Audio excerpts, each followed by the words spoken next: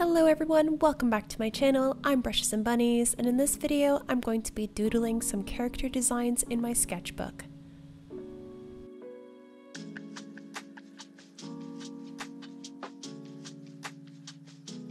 As of late, I've been trying to find ways to merge my book writing hobby alongside my art hobby, and I couldn't think of a better way than to actually start doing some character designs and book scenes in my sketchbook. For those of you who don't know, I am publishing my first ever book October 3rd of this year. It is the first of the trilogy, The Year of Fallen Stars. I'm quite excited for this project. I've been working on this for pretty much a decade, and the last couple of years this book has been waiting to be released, and I'm happy to say it's officially being released October 3rd. And in preparation of this release, I've been wanting to basically, sketch a couple things, mostly character designs and also scenes from the book. I've only done a couple spreads so far, basically what you've seen in this video so far, and the work that I'll be working on in this video are going to be character designs for my main protagonist, Evelyn Quinn. The materials that I'm using are my Moleskine sketchbook. This is my most favorite sketchbook ever. I just love the way that the pencils glide on the paper, and it really works for the type of work that I do. Aside from that, I'm actually using a very cheap pencil set that I got from Aldi for €5. I accidentally forgot all of my art supplies back in the UK a few weeks ago, and in that sort of box that I left there, all of my most beloved pencils were in, so I've been having to resort to some of the cheaper products that I own, but honestly I have to say that they held up pretty well, and I actually quite liked using them. In terms of the pencil, the way that I usually work, I tend to start with a very light sketch. That's usually a 2H pencil or a 3H even. And then I'll just build up the tones with maybe a 4B. And then I'll finish with the darkest tones with an 8B or a 10B.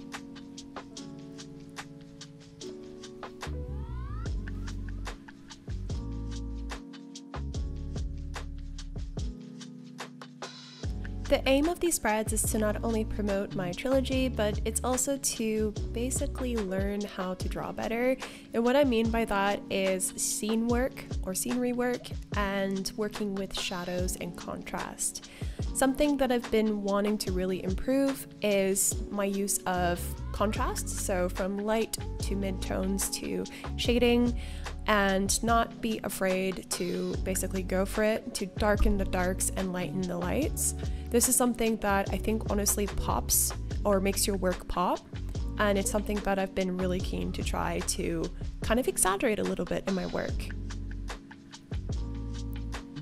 Aside from that, landscapes or sceneries, this is all really new to me. It's something that I never really did. I did a few things back in the days, but with this, I really want to illustrate some of the scenes of my book, and that means drawing buildings, it means drawing cliff sides, manors, potential meadows, objects that the characters interact with. And this is all really pushing my skills as an artist. Again, I've never really done this in the past. It's only been really pets, animals, or faces, like portraits. Something that I keep telling myself with this type of work is to keep it as simple as possible. My type of work in general is quite simple. I rely heavily on line work, so I'll bolden some lines to make more detail, I'll add a few lines in terms of shading, but it's never really realistic or realism. And I want to find a way to adapt that illustrative style to my landscape work as well. So I honestly think the trick is to keep it simple and to work with the contrasting tones.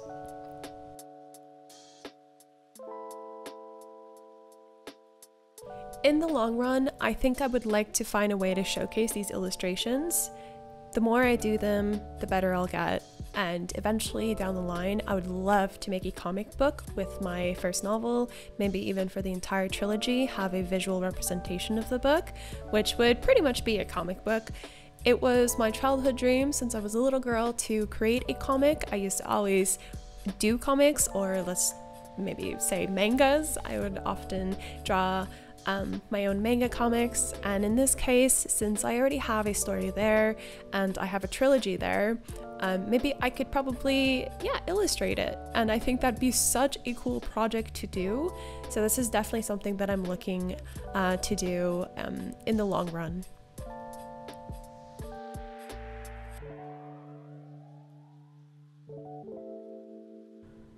Now that I'm done this side of the sketchbook spread, I'd like to finish the left-hand side of the spread. The reason why I didn't start off with the left-hand side is because the previous few pages were not secured, and what I mean by that is that I didn't fix it. So if I were to put any pressure, the graphite would basically smudge. So to fix it, I use a universal fixative spray. This is the one from Schminke. I just give a light coating over the sketches, and it will basically kind of secure the graphite in place.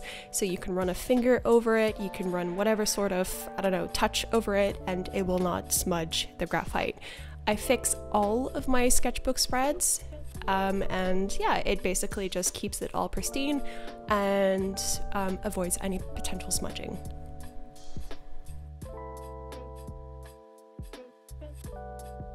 With the character designs, I think it's actually quite a good idea to have a combination of full body and portraits.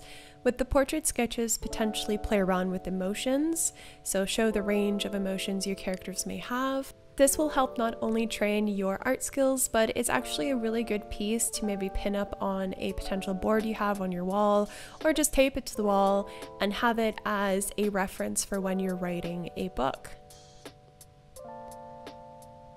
I remember back in the day when I was writing the first book, I had a cork board on my wall, and I had printed all these different character references and scenes that I saw in movies or just found online via Pinterest, and I printed them all and cut them all up, and I made a sort of collage and pinned them to the cork board.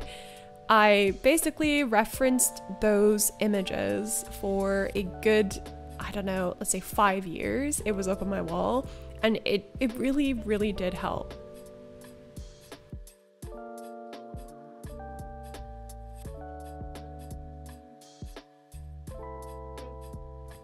Now on to the character that I'm drawing. The book that I wrote is a historical romance, and it's the first of 3 books in the Year of Fallen Stars trilogy. Evelyn Quinn, which is the character that I'm currently drawing, she's one of the 2 main protagonists. She comes from Canada, and the story begins with her traveling to the UK, Cornwall to be exact, to clean out her deceased father's cottage. In doing so, she comes across evidence of an old cold case murder linked to the infamous Ashford family.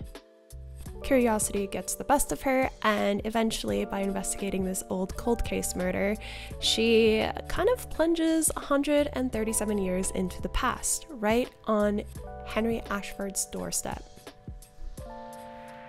And that's all I'm going to say about her character for now. But the spread that I'm drawing is basically a before snapshot before she's plunged into the past. This is her dressed in her jeans, her black tee. She's carrying her backpack with all of the things that she usually carries. And she's on an adventure. She's starting this adventure. She's investigating this old cold case. And she's sort of just hiking around the seaside cliffs of Cornwall in search of answers. The doodles I'm sketching right now actually are inspired by one of the chapters, which I believe is chapter 5 of the book. There's a range of emotions that I've tried to express in this spread. It starts off with a bit of wonderment, curiosity, a bit of hope, just sort of looking at her surroundings and being impressed by it all, and then it quickly turns into a little bit of anger, fear, shock. These are all the sort of emotions that she goes through in that one particular scene, and I tried to draw it a little bit with these portraits. I'm not sure if it came across all too nice, but at least I tried, and this is the whole point of these spreads, is to try to sketch your character's emotions and see how you can play around with that.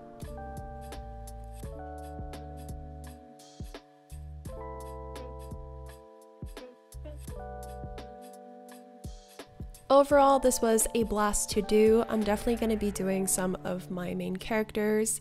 I'm going to be doing her love interest next, which is Henry Ashford. The problem with drawing Henry is that he's such a carefully crafted and complex character that I sometimes struggle to actually draw him as I envision him. Nevertheless, I will give it a go because that's how you grow as an artist, is to challenge yourself. That being said, I do hope you enjoyed this video. Thanks for watching, and I wish you guys all a lovely day. See you in the next video. Bye!